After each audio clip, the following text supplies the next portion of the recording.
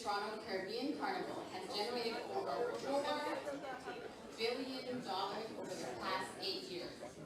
However, the Black community has nothing to show for the money that's in the festival generates.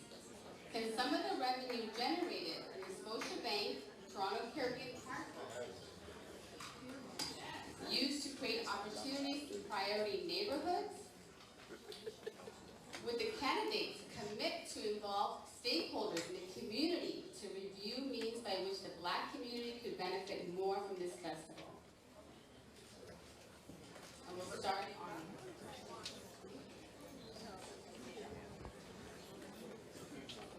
Mr. Ford, we'll start with you. Nobody loves the Caribbean Carnival more than our Florida. I'm not going to start dancing now, but I sort of feel like that is an amazing, amazing party. Don't tempt me. And it is better, it is safer, things are going a lot smoother, and you're absolutely right. We have to get X number of dollars. What that figure is, I'm not quite sure. But if we can put it back, I want a specific more, you said the Black community in general, I'd like to focus more on the Black youth and trying to help them, helping them get an education and jobs. That's the most important. What that number will be, I'm not quite sure, but to answer your question, yes.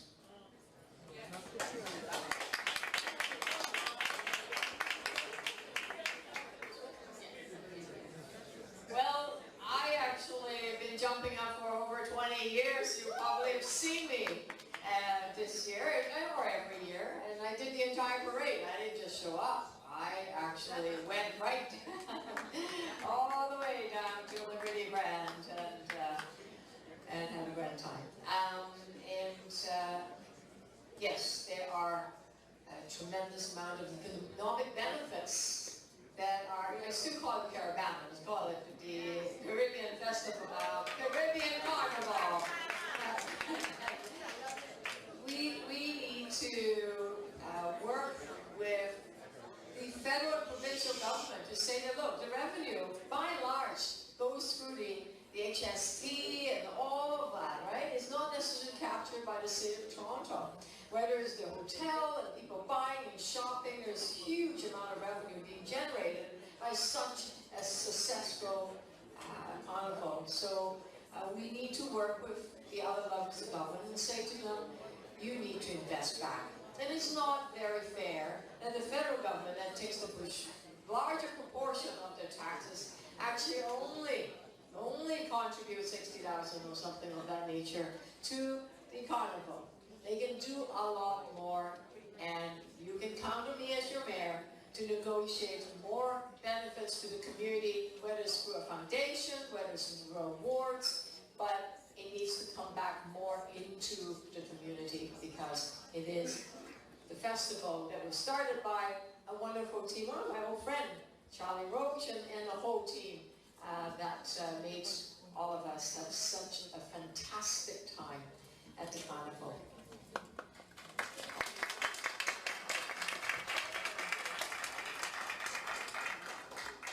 You know, ladies and gentlemen, the question actually asks a pretty crisp question. That's right. And the crisp question is, how can a community benefit from an event in which there's a lot of investment? So let me try to give you an example and some crisp responses back. You take a look at the Pride Festival. What's happened is if you take a look at the community around church and all up and down those streets, the investment goes back. And now let's take a look at the Caribana Festival. Well, why don't we try and have parts of that festival move to other areas? In Melbourne, Jane and Finch. How about PTO in Ward 42? So some of that investment can go back. We can also use it as a way of learning. We can turn that into a hands-on Black History Month or Black Heritage or Caribbean Heritage. You can turn it into a lot of positive events, not only in dollars and cents, but also in community programming. We have a lot to learn from but there's a lot of advantages that we can take advantage of. So I think it's a great idea, and let's, instead of figuring out our dance steps, figure out how we can use it to benefit the community.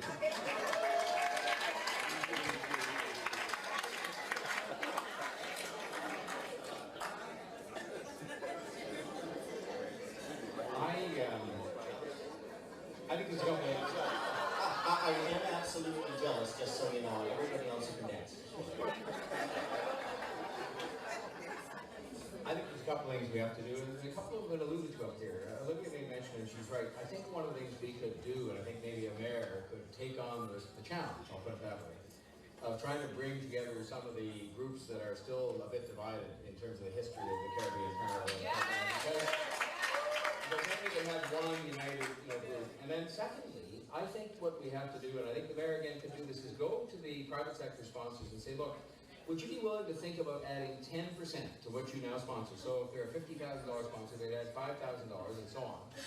But you're going to agree that that's going to be put into a special fund, an endowment fund, I would call it, or a foundation, somebody mentioned that, with the express purpose of that foundation being to have that money particularly set aside and only set aside to help, say, kids in the black community. And then I would go to the governments, and this is an idea that Olivia just gave me, talking about the HST, and go to the governments and say, all right, if the private sector has agreed with their 10% and they put up $1 million, then we would expect you in the governments to at least match that out of the money you take in from the hotel rooms and from all the meals that are purchased and so on. So pretty quickly you could end up with an endowment fund of a couple of $1 million per year that would then be available to do this. So I think the answer to the question is yes, and I think it's going to take a practical kind of approach. I think you don't have to heal the divisions. I think it would be great if it was all for one and one for all for one of the most important things that takes place in our city. And then I think it would be to go to the private sector people who do support the Caribbean Carnival extensively and say, would you consider increasing your support by 10%, not just for the general coffers, but for this fund to help young people in communities across the city, and then to go to the governments and say, will you match that? And I think pretty quickly you could come up with quite a substantial sum of money, totally dedicated to helping young black kids in particular with the problems that we know.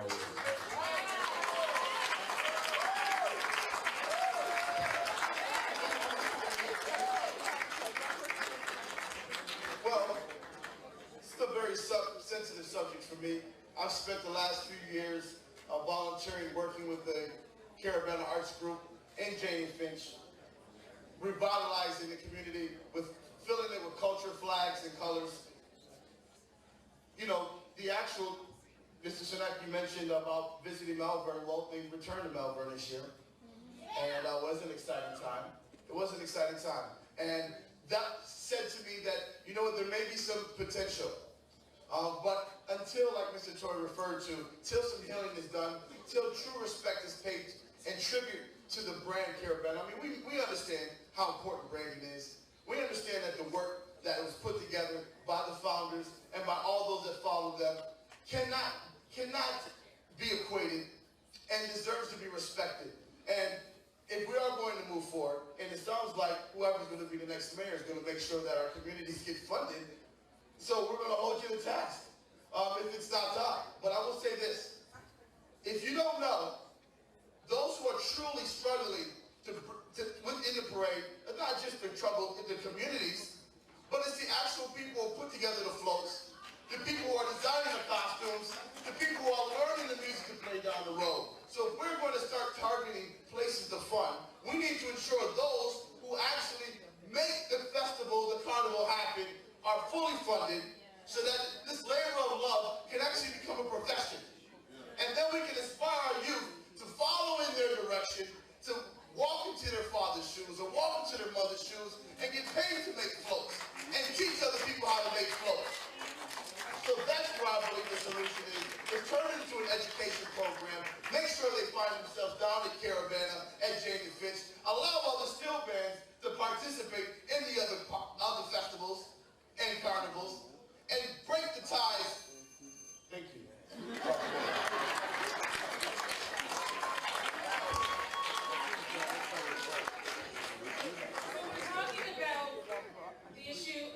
What to do with the money that is raised in Carnival. It has been said that over the last 8 years that $4 billion has been raised as a result of having this event in our city. The reality is the assessment or the calculation is assessed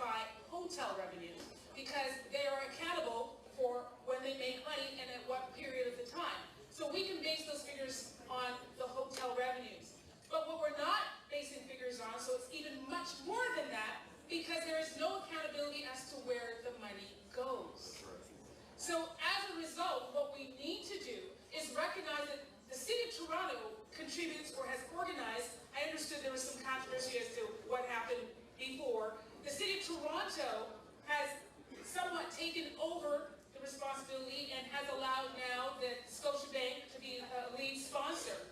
So I agree with some of the things that Mr. Tory has said with regards to percentages going directly back into the community. I agree that what we should be doing is holding all those dollars accountable, meaning receipts are issued, things are followed up, and money is put back into the community to serve the community. And when I say community, I'm talking about the whole City of Toronto and financing the issues that are fundamental to our youth, fundamental to employment, fundamental to all of us thriving. Thank you. We are running behind on time, so in the interest of these questions are important to our community, we'll have 2 final questions to wrap up and continue the discussion. We appreciate your patience in continuing with us. Our next set of questions center around education. Very hot topic, right? The University of Toronto study identified a 40% dropout rate among Black Canadian students. After almost 20 years of debate and rejection, the Toronto District School Board finally responded to the cries of the African Canadian parents and implemented the Afrocentric primary and high school. What is your position on expanding, maintaining, or reducing Afrocentric schools? To start with, Dion Renee. Thank you. Absolutely, I'm for expanding. I'm all about supporting anything that's working for the people. So this initiative that is starting is working well. Students are feeling engaged. They're being identified and learning about them. When I was growing up, I grew up in the City of Toronto. I was educated in the City of Toronto. I had the privilege of going to a performing arts school, so my education was a little more diverse. But what I do recognize is, remember asking the history teacher, well, wait a minute, were there any Black people in history? I asked those questions. I asked those questions in school, I asked them in Sunday school, every time I saw a portrayal of everybody else but me. So if the system is working, I say expand on it. And I mean that for also the lesbian gay community as well. If it's working for them and allowing people to be educated and getting an education, if people are feeling intimidated or feeling that they're not a part of the process, they're not going to be there. I am excited that you all feel that you can have an opportunity to be a part of the process today, and you've shown up. So picture you as the students who feel that they're being engaged by people who are saying, hey, we want you to be more informed, we want you to participate, and we want you again to thrive. So I'm in support of it.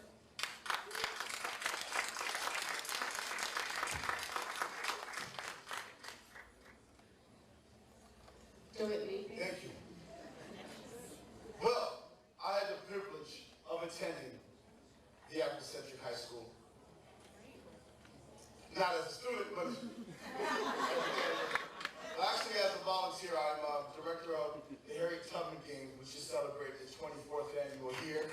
And we brought some of the games to the students there during celebration of Black History Month. And I was blown away by the knowledge and the zeal for information and their culture that these young people had and possessed. And I truly believe that it's deserving of its own school. It's growing up to about 200 students now. So it's gaining in popularity. But we need to make sure that it goes beyond the brick and mortars. We need to ensure that we have Afrocentric after-school programs, that we are providing that information and curriculum so it can be taught at home. So if you don't have the opportunity to attend one of these schools, that curriculum is available to you as a parent so that your young people can follow suit and get similar kind of education. Now, there's a very exciting pilot that's taking place in Scarborough at the Winston Churchill, where they actually are adding some of the curriculum and providing in that space there. And the results are astounding. The young people are excited about learning about themselves, and they're seeing how our people are involved in the world scale, the world economy, and have changed and shaped history.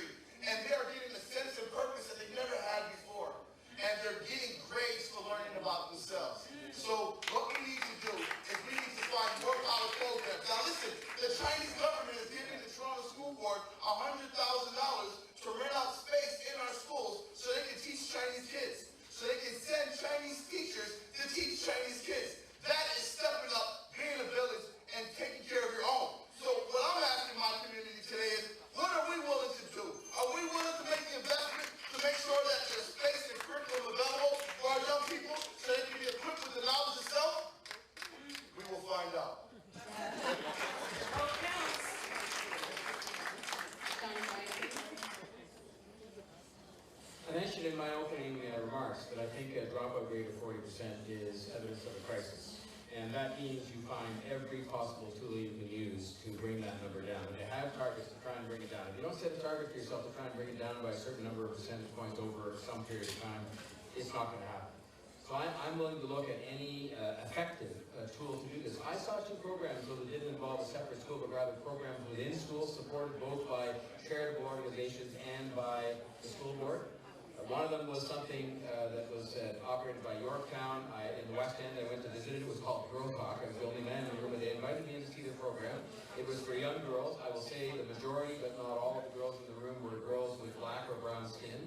But the course I could see when I was there watching it, and they made me participate in some of the exercises. But having said that, was about self-respect. It was about self-esteem. It was about dealing with people. It was about role models. And you could see it was working when you were in the room. I went to another one in Scarborough, the RH King Academy. I don't remember the name of it, but it was delivered by an organization called Gregesh. And they had kids that had been in the program last year, and again, the majority of them, to be honest about this, were kids with black or brown skin. And not exclusively though. And you had the kids there that were in the program last year, and the kids that were just starting the program this year. I could have identified the ones that had the program last year from the ones that didn't, because they had developed the self-confidence and the self-esteem and coming to grips with some of their own particular challenges. And so I don't think we should rule out programs like that, and that is why I'm so much a believer in making these decisions based on what works and what is effective to bring down that dropout rate. And then we've got to measure it and have targets to bring it down and see what the most effective tools are to actually bring it down. But I would not rule out programs like that that are operated both by the school board and by some of these nonprofit organizations.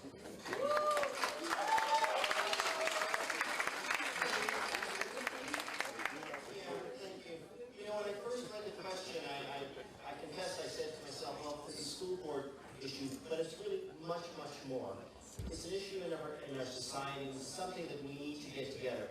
And I wanted to take, to play off some of the comments that came from DeWitt. I'm sorry I can't take his passion from it, but I do want to say that, you know, there's a number of ideas that we as a city can do. So you take a look at, for instance, earlier today I was at Regent Park Television, and what we could do as a city, and I will do as mayor, is you say, if you're developing, for instance, investing in a public realm, such as a large real estate development, well, put something aside that allows the community to take ownership and to build up. Because those kids in Regent Park Television, they were kids who might not have been in class, but they were in school. They were learning jobs, they were moving forward, and they were learning about entrepreneurship and life skills. We can go further. We can take a look at some of the parks programs that I've suggested. If we take ownership of our parks and do community programming, then we're going to be taking ownership of the things that are important for us. We're going to put in place community programming for and by our communities, so that we learn about ourselves, we teach ourselves, and in fact, we develop ourselves. So these are the things that we can do as a city. So it's much more than a school board issue, it's a community issue. And it takes the city to raise all of our